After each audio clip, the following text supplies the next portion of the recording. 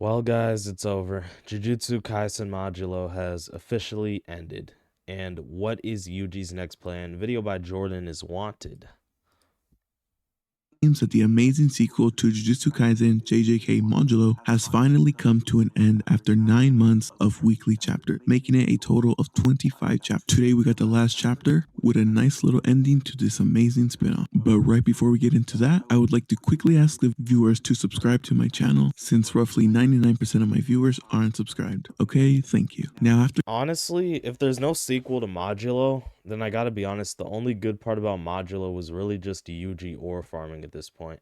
getting some intense battles and chapters of fights like Dabura versus Maharaga, Yuji taking on Samorians, and of course what I'd like to call the plot armor fight that is Mahito versus Yuji rematch, and 2 Yap session chapters that isn't really Yap, since it's one of the most important topics and conversations in Jujutsu Kaisen in general about getting rid of Curse Spirit. In this newest chapter, we start off with Yuji Itadori walking into a building, breaking the no contact rule with Nobara Kugisaki, and starts off by saying, "Yo," to which Nobara Glad to see Panda's still alive. responds with, "You really think Yo is gonna cut it after disappearing?" Yuji apologizes and says he was scared of his friends dying, which I think that translates to he was scared of seeing his friends die over and over like it's happened before with characters like Hana, and adds he was afraid how people would view him knowing he was half curse and half human. Yuji tells Nobara that he was ignoring what he should have done decades ago, which is now what the aliens are doing, which of course is getting rid of Curse Spirit. But now he won't lose sight of what he needs to do, and he wants Kugisaki plus Toto to help him accomplish this new goal, and yes, Toto since he's still alive here.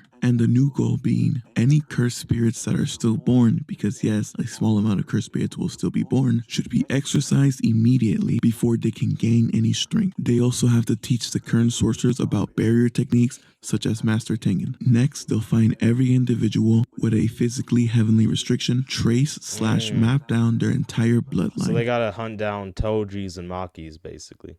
And lastly, after Yuji Itadori dies, he will become a cursed object like his older brother Choso and his dear uncle Ryomen Sukuna. After Yuji dies, he thinks the cursed object he will become will be some sort of safety pact against curses. But in the case that cursed energy is ever needed to fight something disastrously like, let's say, aliens, since now they're allowed to be on Earth, someone can simply consume the cursed object that is Yuji. But before he dies, he thinks he can take care of any— Bro, I'm wondering, is Akutami gonna try and make some new sequel, like, for the 3rd time? Like, what is gonna happen?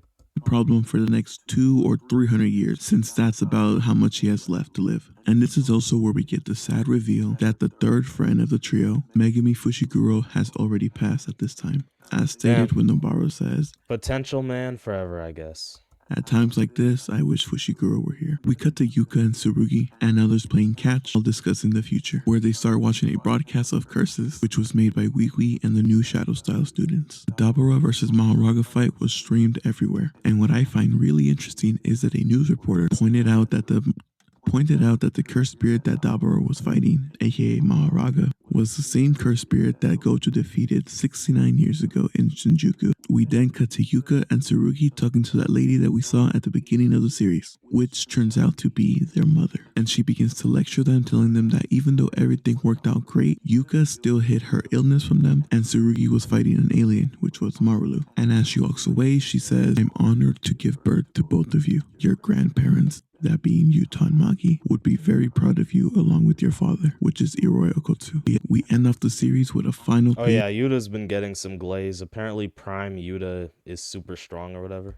That is Yuka talking to that lady that Dabura had a crush on, or had a crush on Dabura. It's pretty much both ways. The lady tells Yuka that she's happy that she's okay now. But Yuka feeling bad that Dabura had to leave. But then suddenly we hear a clack, which means somebody walked in. And now that I think of it, it's probably really hinting that it's Dabura coming back to see. Oh yeah, I actually saw a meme on this. Dabura is the only strongest in Jujutsu Kaisen that actually wasn't lonely and ends up with somebody. Like the meme was literally Sukuna, Gojo, and Yuji just all being depressed and being alone from being the strongest, but then Dabura is just like, kissing this chef girl or whatever.